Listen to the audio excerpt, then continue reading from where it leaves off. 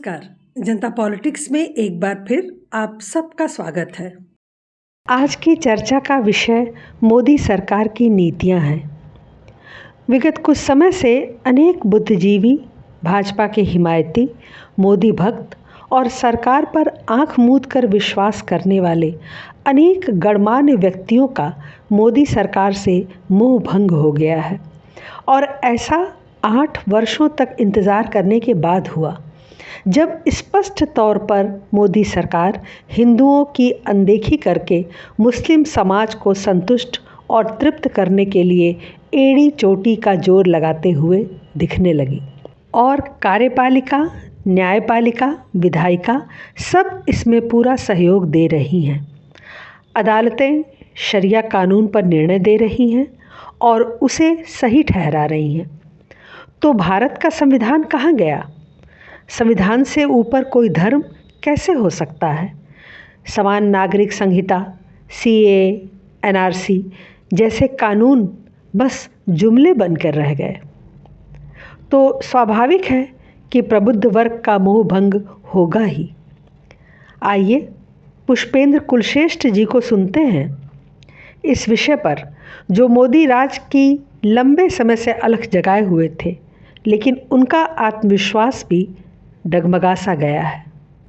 राजनीतिक तौर पे हिंदुत्व की तो बात करते हैं, लेकिन जब इंप्लीमेंटेशन की बात आती है तो हम बिल्कुल कांग्रेस से भी बदतर हो जाते हैं। देखिए, हम ये नहीं कह रहे सरकार कोई ऐसी पॉलिसी बना दे एंटी मुस्लिम, हम ये भी नहीं कह रहे, लेकिन आप मुझे बताइए, दिल्ली में रिंकू शर्मा की हत्या पे क्या प्रतिक्रिया है आपकी?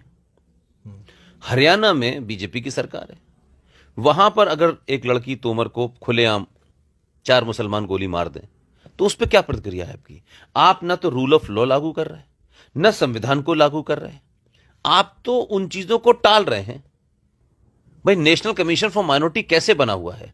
अगर सुप्रीम कोर्ट ने आपके यहां ये ऑर्डर दिया कि भाई यहां माइनॉरिटी हिंदू है, ऑर्डर किया है आपके यहां, तो लागू क्यों नहीं हो रहा? तो आप मतलब जो चीजें जिसके लिए आप आए थे, जिसके लिए लोगों ने कहा था, इसलिए तो नहीं आते कि दिल्ली में सरकार दूसरे लोगों के चेहरे अच्छे नहीं लग रहे थे। भाई, आपसे तो ये उम्मीद थी कि कम से कम आप रूल ऑफ लॉ की बात करेंगे, कि आप हिंदुओं को अपीज ना करें, आप हिंदुओं को कहीं बढ़ावा ना दें, लेकिन जो काम संवैधानिक है वो भी तो नहीं कर रहे ना आप। अगर आप 2011 का फ्रॉड सेंसस जो फारूक अब्दुल्ला एंड कंपनी ने यहां पर कराया, अगर आप उसी को मान रहे हैं, तो फिर जम्मू वाले किस लिए लड़ रहे थे? धारा 370 से हो क्या रहा था? धारा 370 से कोई ऐसा तो नहीं था कि कुछ और बड़ी चीज होने वाली थी। आज भी अगर भारत का कोई आदमी यहां नहीं बच सकता, तो पूरे देश में तो 3 या 4 साल का डोमिसाइल है, यहां 15 साल का क्यों है? ये किसके दबाव में? अब दिल्ली में ये इंप्रेशन दिया जा रहा है कि साहब जम्मू के लोगों का दबाव था हमारे ऊपर, और जम्मू के लोग चाहते थे क्योंकि उनको डर था कि उनके बिजनेस। अब ये हमको तो यही बताया गया, लेकिन यहां आके तो ऐसा लगता नहीं है। तो आपने 370 हटाई बैकरूम से, आप 370 ले आए। अब 15 साल तक किसको पता है? और फिर ये जानते हैं, क्या कहते हैं कि जिन जिहादियों से आप लड़ रहे हैं उनको इस बात का इंतजार है जिस दिन आप हटेंगे दोबारा से, फिर वो काबिज हो जाएंगे। तो कोई आप परमानेंट तो है नहीं कि 15 साल के बाद में यहां कोई आके बसेगा। तो किसको बसा रहे हैं आप तो उनको और मजबूत कर रहे हैं। आपने फेस पॉलिटिकली तो डिसीजन लगता है बहुत अच्छा है, लेकिन जमीन पर तो उसका उल्टा हो रहा है। तो मुझे लगता है कि सिर्फ ये जम्मू में नहीं हो रहा, बंगाल, आसाम, पूरा कश्मीर बन चुका है। वहां क्या बदलाव हो रहा है? वहां कोई बदलाव नहीं हो रहा। चुनाव के समय के भाषण आप देखिए, बड़े सेंसिटिव होते हैं, उसके बाद बात खत्म हो जाती है। तो हम राजनीतिक तौर पे हिंदुत्व की तो बात करते हैं, लेकिन जब इंप्लीमेंटेशन की बात आती है तो हम बिल्कुल कांग्रेस से भी बदतर हो जाते हैं। पॉलिटिकली लगता है कि जैसे हम पूरे देश में देखें कि पॉलिटिकली तो मुसलमान नहीं है साहब, भारतीय जनता पार्टी किसी एक को एमपी नहीं बनाती या एमएलए नहीं बनाती, लेकिन कुल मिला के देखें अभी देश में हो ये रहा है कि कश्मीर, दिल्ली के अंदर तो सरकार, पुलिस किसके हाथ में है, लेकिन रिंकू शर्मा की मुसलमान खुलेआम हत्या करते हैं। और वहां के एमपी जो नए नए संगीतकार और सूफी उफी बन गए हैं, वो कहते हैं साहब हमें सौहार्द बना के रखना है। दिल्ली के दंगे हुए, 56 लोग मर गए, करोड़ों की प्रॉपर्टी जल गई, ऑर्गेनाइज होकर दंगा हुआ, कुछ नहीं हो रहा।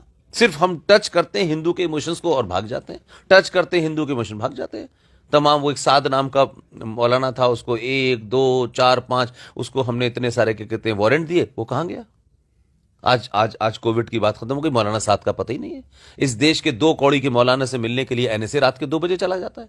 दिल्ली के दंगों को कंट्रोल करने के लिए एनएसए चला जाता है।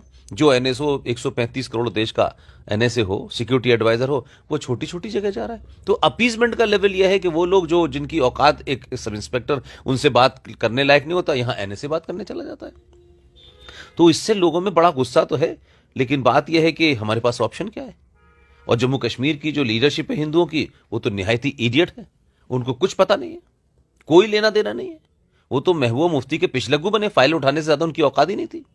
इसलिए आप जम्मू के अंदर लाख कितनी भी हिंदू की बात कर लें, यहां तो कुछ काम ऐसा होता नहीं है। तो मैं मानता हूं कि 370 हटी है, एक पॉलिटिकल एजेंडा हो सकता है हट गई है। हम लोग भी बहुत सारी चीजें सुनते रहते हैं, लेकिन सवाल यह है कि आपके पास ऑप्शन नहीं है, और इस ऑप्शन न होने का लोग मिसयूज कर रहे हैं आपको कि जम्मू की कोई बात ही नहीं है, कोई लेना नहीं, कोई देना नहीं। आप यहाँ जो सिस्टम है ब्यूरोक्रेसी में, उसमें भी वही आपने एंटी हिंदू लोग बैठा रखे हैं। अब वो कभी आप महबूबा मुफ्ती के साथ सरकार बना लेते हैं, कभी आप मुफ्ती मोहम्मद के साथ बना लेते हैं, और कभी आप जो है वो गुलाम नबी आज़ाद को आपको लगता है कि वो बहुत महान लीडर है। तो अब गुलाम नबी आज़ाद था तब तो यहाँ शरिया लागू हुई थी। तो ऐसी चीज़ों का कोई लेना देना नहीं है ना। तो ये तो जम्मू कश्मीर को मुझे लगता है डे टू डे बेसिस पे हैंडल करा जा रहा है। अच्छा, आज कुछ हो गया, चलो आज ये कर दो, आज ये नहीं कर सकते, कल वो कर दो, आज वो कर दो। तो कोई कॉन्क्रीट प्लान हो जो आपके, और पूरी दुनिया देख रही है कि साहब एक राष्ट्रवादी सरकार है, वो बड़ा स्ट्रांग प्लान लेके आएगी, कोई प्लान ही नहीं है। हम तो पिछले 4-5 साल से यही देख रहे हैं। किसी भी जगह देखते हैं कहीं कुछ नहीं है। श्यामा प्रसाद मुखर्जी की सुबह से शाम तक यहाँ रट लगाई जाती है, लेकिन श्यामा प्रसाद मुखर्जी के नाम से यहाँ एक मूर्ति तक नहीं लगाई जाती, उनके नाम से कोई स्कॉलरशिप नहीं बताई जाती। अब श्यामा प्रसाद मुखर्जी की हत्या पे तो बड़े सवाल होते हैं। आपकी सरकार रही थी तो कम से कम आप इंक्वायरी करा लेते कि श्यामा प्रसाद मुखर्जी को किसने मारा है।